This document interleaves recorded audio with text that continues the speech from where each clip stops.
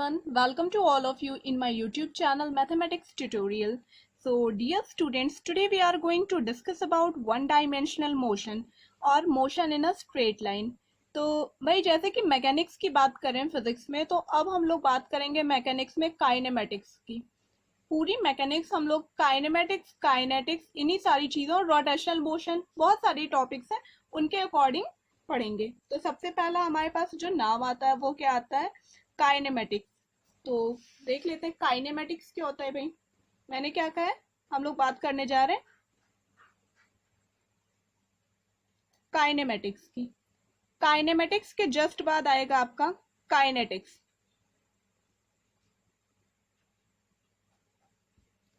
Kinematics क्या होता है भाई और काइनेटिक्स क्या होता है, ये जानना हमारे लिए ज्यादा जरूरी हो गया है, क्योंकि जब हम लोग ये जान पाएंगे कि काइनेमेटिक्स क्या है और काइनेटिक्स क्या है, तब उसी के अकॉर्डिंग हम लोग अपनी बाकी की थ्योरी को स्टडी कर पाएंगे। काइनेमेटिक्स बेटा वो होता है, काइनेमेटिक्स वो ब्रांच है जिसमें हम सिर्फ मोशन को स्टडी करते हैं, सिर्फ और सिर्फ मोशन को स्टडी करते हैं। मोशन का क्या कॉज है, किस वजह से मोशन हो रहा है, उससे हमें कोई मतलब नहीं है। फॉर एग्जाम्पल अगर मैं बात करूं, आपके पास कोई ऑब्जेक्ट है, दिस इज योर ऑब्जेक्ट, ये आपने ऑब्जेक्ट कंसीडर किया, आपने कह दिया after 10 seconds, after 10 seconds its position will be this, इसकी पोजीशन ये हो जाएगी।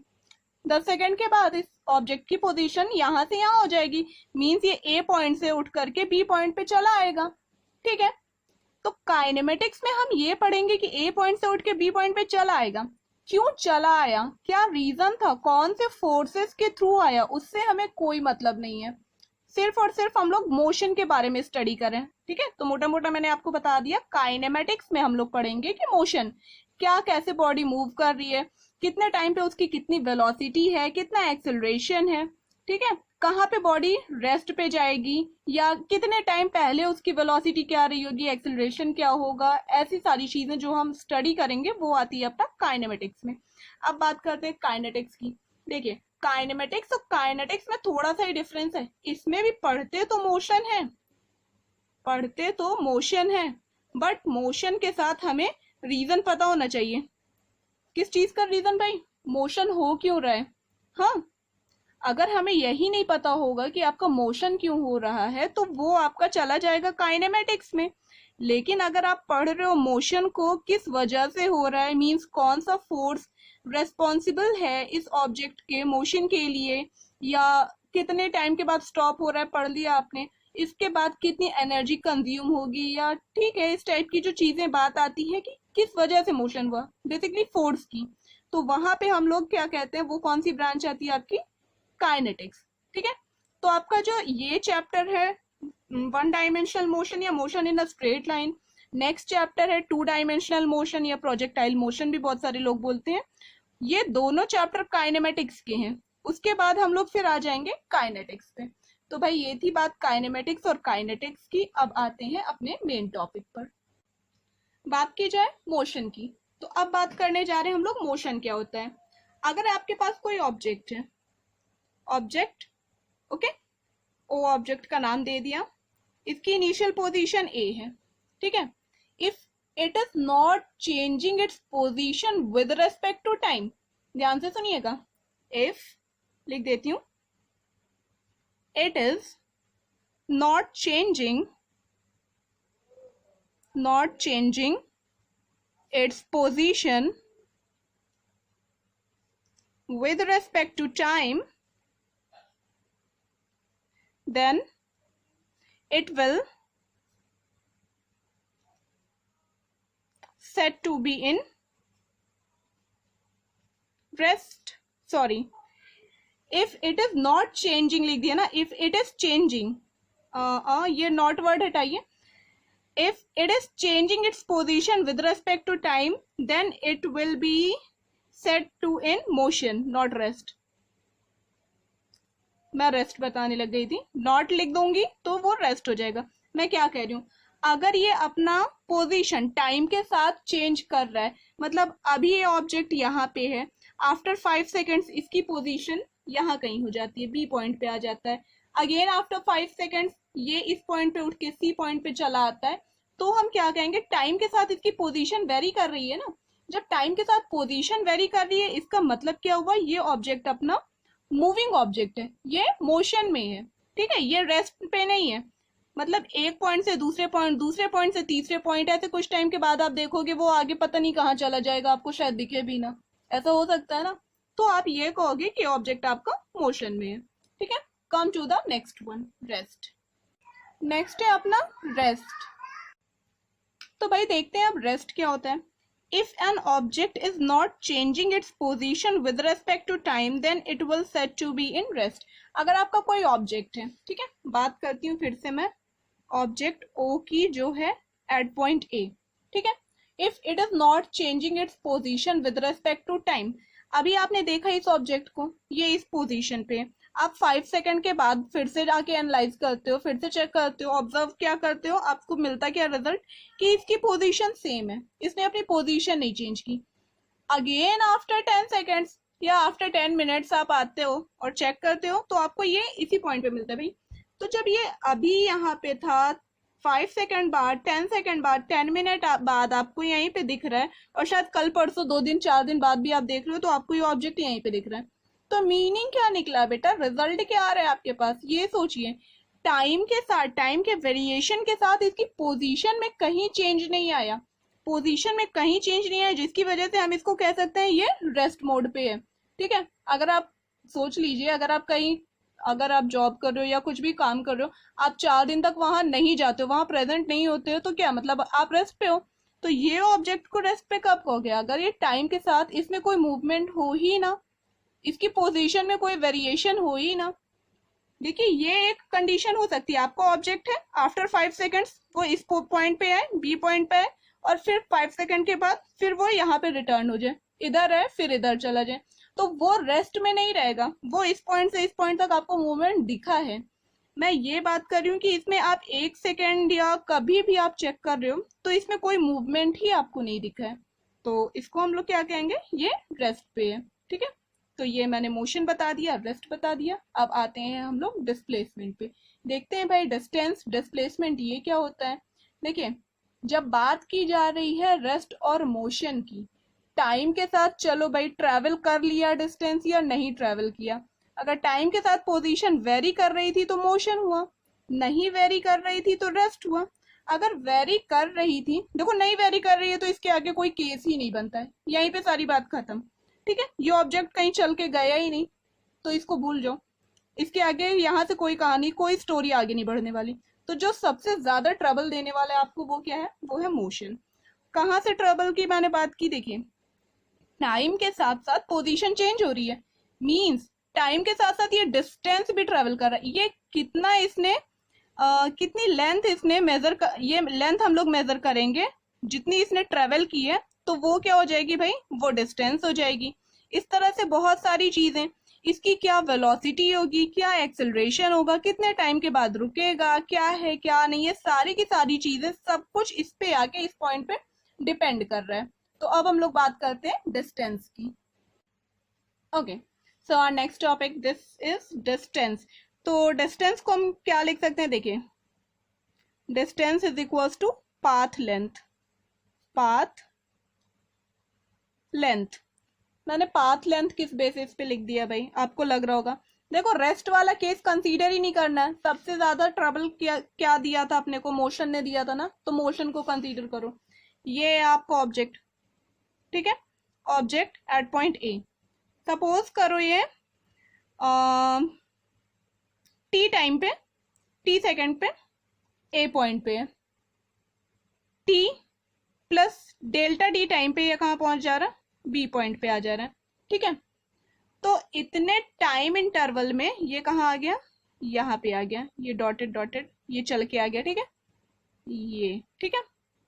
तो भाई टी प्लस डेल्टा टी, जैसे अभी आपने देखा 10 मिनट में यहाँ पे है, 12 मिनट पे यहाँ पे आ गया, तो 2 मिनट में कितना डिस्टेंस ट्रेवल किया, यहाँ से यहाँ तक, ठीक है। इसकी पाथ लेंथ कितनी हुई, ये इस पाथ के थ्रू आया था, तो जो पाथ लेंथ होगी वो डिस्टेंस है, ठीक है, ये मैंने आपको बता दिया।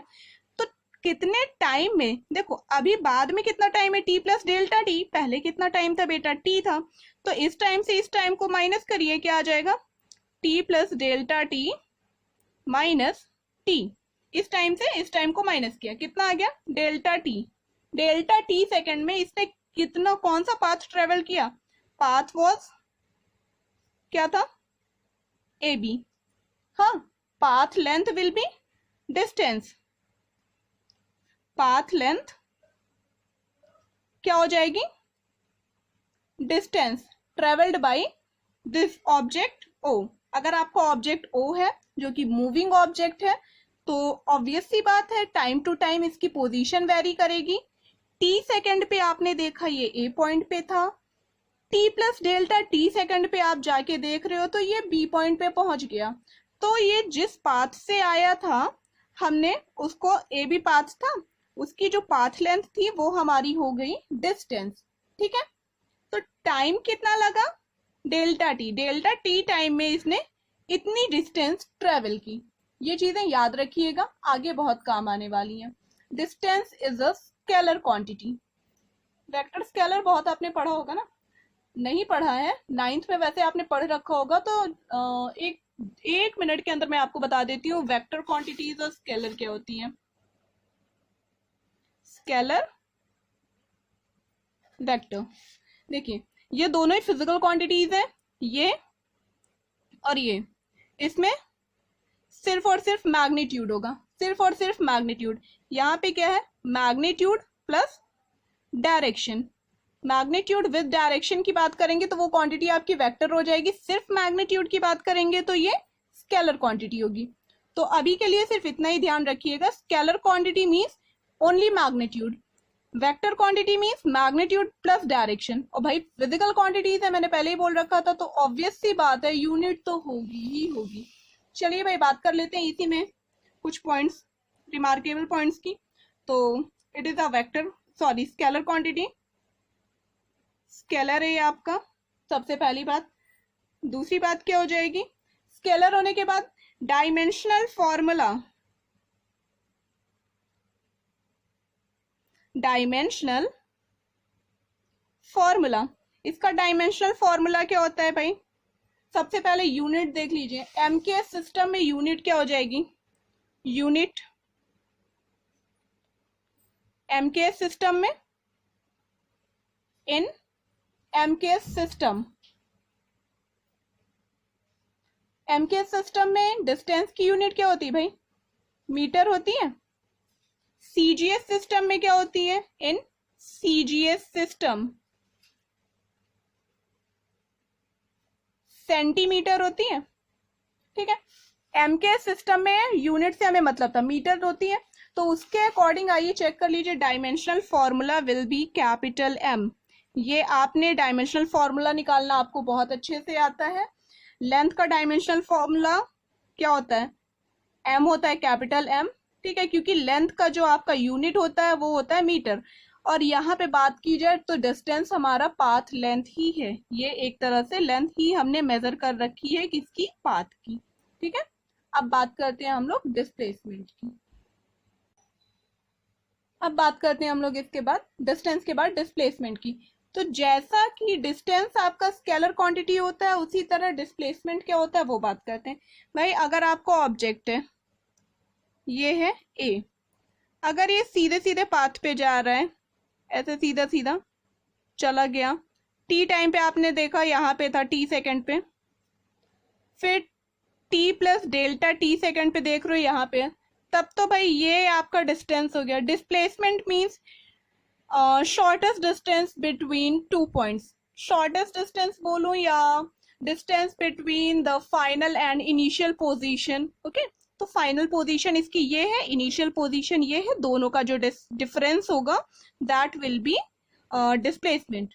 ओके, लेकिन लेकिन लेकिन लेकिन बात की जाए, अगर आपका ऑब्जेक्ट ये है ए टी सेकंड पे, यहाँ पे डिस्टेंस डिस्प्लेसमेंट सेम है, इसलिए थोड़ा सा आपको कंफ्यूजन हो सकता है, इसलिए मैं दूसरा बढ़िया सा एग्जांपल बता रही हूँ।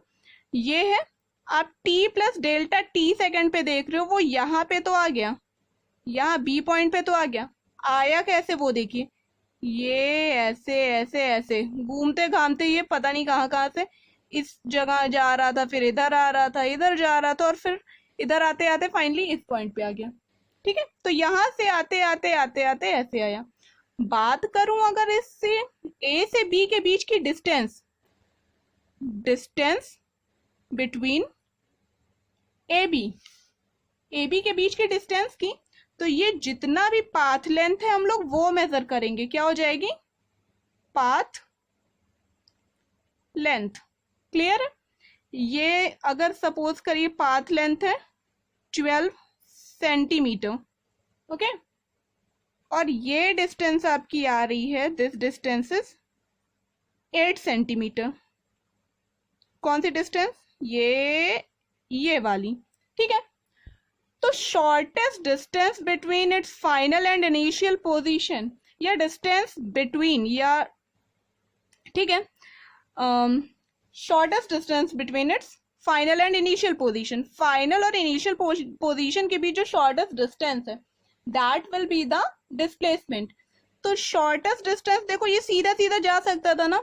अगर कोई इंसान है, तुम हो, तुम्हारे घर से तुम्हारे स्कूल का रास्ता यहाँ तक है, तुम 12 किलोमीटर या 12 सेंटीमीटर वाले पाथ से आओगे या 8 सेंटीमीटर में आओगे। अगर तुम्हें टाइम सेव करना होगा तो तुम इस वाले पाथ से आ सकते हो ना, शॉर्टेस्ट पाथ से।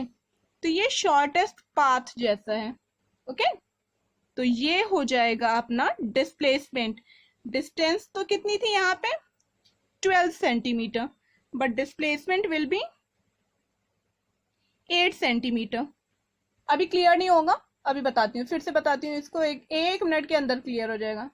देख लो भाई क्या लिखा हुआ है यहाँ पे। डिस्प्लेसमेंट क्या होता है? Shortest distance between initial and final positions.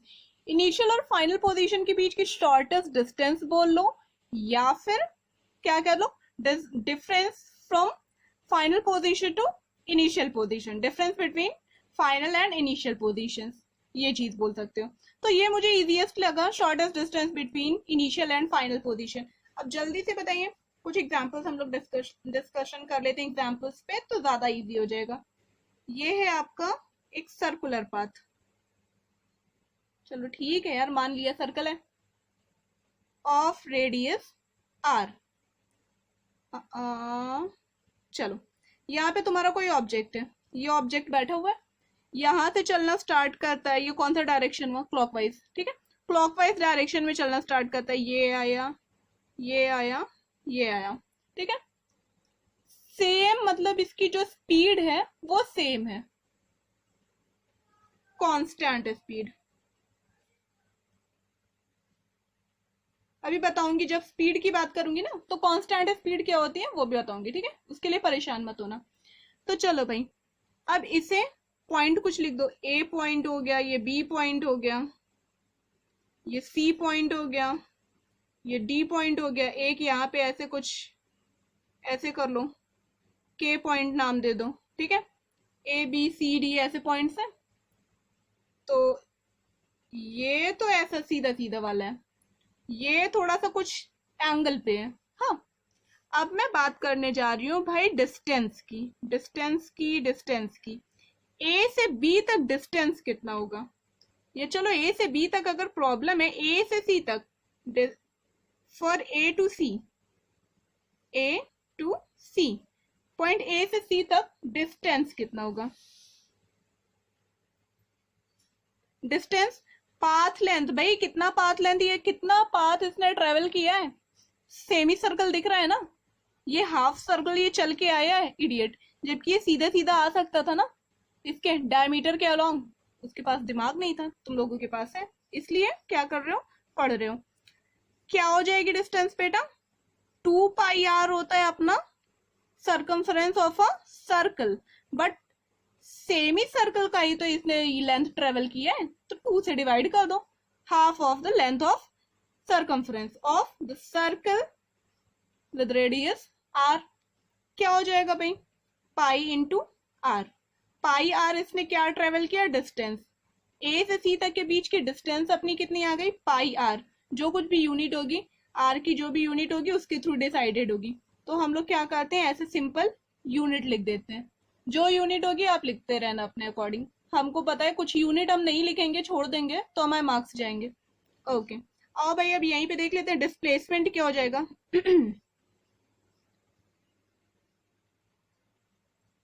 Displacement क्या हो जाएगा भाई? डिस्प्लेसमेंट जस्ट अभी बताया ना, shortest distance between initial and final positions. तो जब शॉर्टेस्ट डिस्टेंस की बात कर रहे हैं तो भाई शॉर्टेस्ट पाथ ढूंढ लो। ए से सी के बीच शॉर्टेस्ट पाथ दिखा, डायमीटर, डायमीटर कितना है? ये रेडियस आर है, ये रेडियस आर है, डायमीटर 2r, 2 इंटू आर, ठीक है। तो भाई अगर पाई की वैल्यू आपको पता है 3.14 समथिंग ना, तो ये 3.14 ये ज्यादा हुआ है, ये ज्यादा हुआ, ये ज्यादा हुआ है ना, डिस्टेंस ज्यादा है, इसीलिए इसको बोला शॉर्टेस्ट डिस्टेंस। इससे कम डिस्टेंस आपको नहीं मिलेगी। ओके, अब बात कर लेते हैं डिस्प्लेसमेंट की। चलिए ऐसे किसी भी पॉइंट पे आप निकाल सकते हो, सी पॉइंट के बाद डी पॉइंट पे आप निकाल सकते हो। डिस्टेंस कितनी हो जाएगी भाई? देखो डिस्टेंस आपकी 1 2 3, एक तो इतनी डिस्टेंस हुआ प्लस 1/4 टाइम्स 2πr, ये 1/4 है ना सर्कमफ्रेंस का, तो वो ऐड कर लीजिएगा। क्या बोल रही हूँ पहले लिख दूं, आपको समझ में आएगा तब ज्यादा। For A to D distance कितना हो जाएगा? डिस्टेंस डिस्प्लेसमेंट दोनों, डिस्टेंस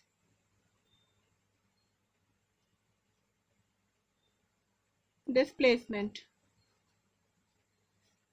आ जाओ बेटा, डिस्टेंस देखो, यहां से चल के आए ये पहुंचे, ये वाला रास्ता नहीं अपना सकता, बुद्धि नहीं इसके पास,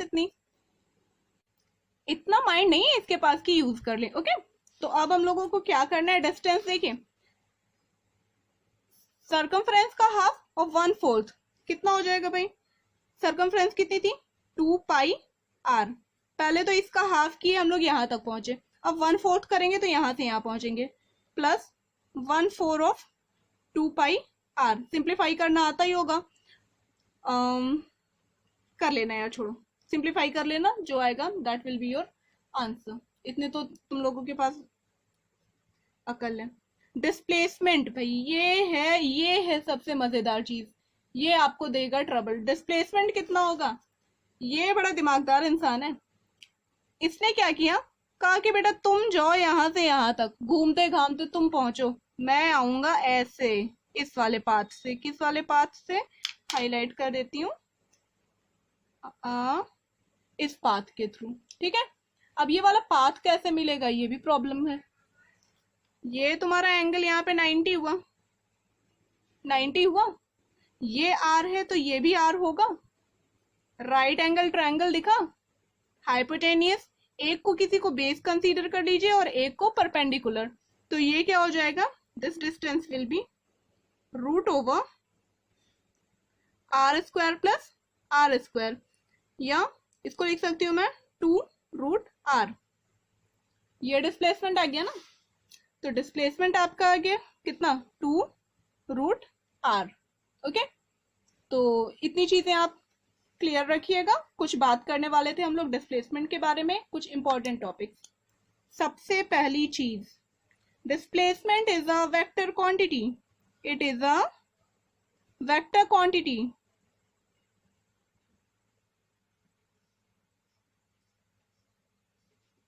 डिस्प्लेसमेंट आपका क्या हो गया?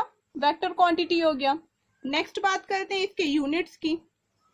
यूनिट की, डायमेंशनल फॉर्मूला, हर एक चीज डिस्कस करते चलेंगे साथ ही साथ। यूनिट्स देख लीजिए, ठीक है। एमके सिस्टम में क्या होता है? इन एमके सिस्टम इसकी यूनिट कितनी होती है बेटा? अरे बेटा जो लेंथ की यूनिट होती है वही होगी ना, metre. In CGS system again जो लेंथ की यूनिट होती है वही होगी, क्या हो जाएगी? सेंटीमीटर, ठीक है। Dimensional formula, dimensional formula, dimensional formula कितना हो जाएगा? ये भी तुम लोग शायद पढ़ के आए होगे, तुम लोग को पता होगा। लेंथ का जो डायमेंशनल फॉर्मूला होता है सेम डायमेंशनल फॉर्मूला हो जाएगा ना। चलो भाई बहुत अच्छे। अब क्या था, एक और चीज इस क्वेश्चन में, एक और काम करना, देखो बताती हूँ क्या करना। अच्छा एक चीज यहाँ पे करेक्शन कर लीजिए, मैं बार बार बोल रही हूँ लेंथ का डायमेंशनल फॉर्मूला और एम लिखे जा रही हूँ। Dimensional formula of length is capital L, okay. Dimensional formula of length is capital L. यहाँ पे भी शायद मैंने हाँ गलत ही लिख दिया है, देख लो भाई, ऐसे ही काम होते हैं जल्दबाजी में। Dimensional formula of length is capital L. Okay, तो बात कर रही थी क्वेश्चन की ना।